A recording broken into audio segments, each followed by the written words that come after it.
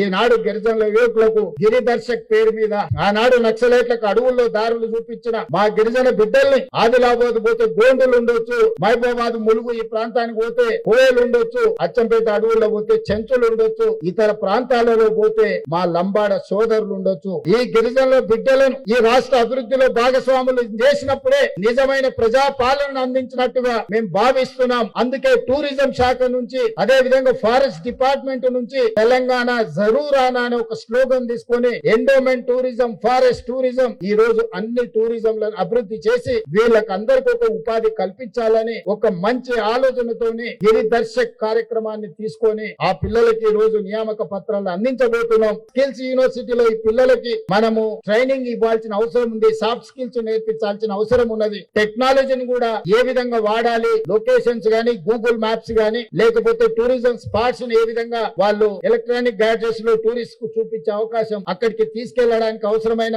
అదే విధంగా ఈ ట్రావెల్ చేసే టైంలో వాళ్ళని ఏ రకంగా కోఆర్డినేట్ చేసుకోవాలో ఇవన్నీ కూడా పోలీస్ శాఖకు అదే విధంగా స్కిల్స్ సంబంధించిన శ్రీధర్ బాబు గారికి సమన్వయం చేసుకొని వాళ్ళకి శిక్షణను అందించాల్సిందిగా వాళ్ళను ఒక అభివృద్ధి పదం వైపు నడిపించే పౌరులుగా తీర్చిదిద్దే బాధ్యత ప్రభుత్వం మీద ఉన్నది.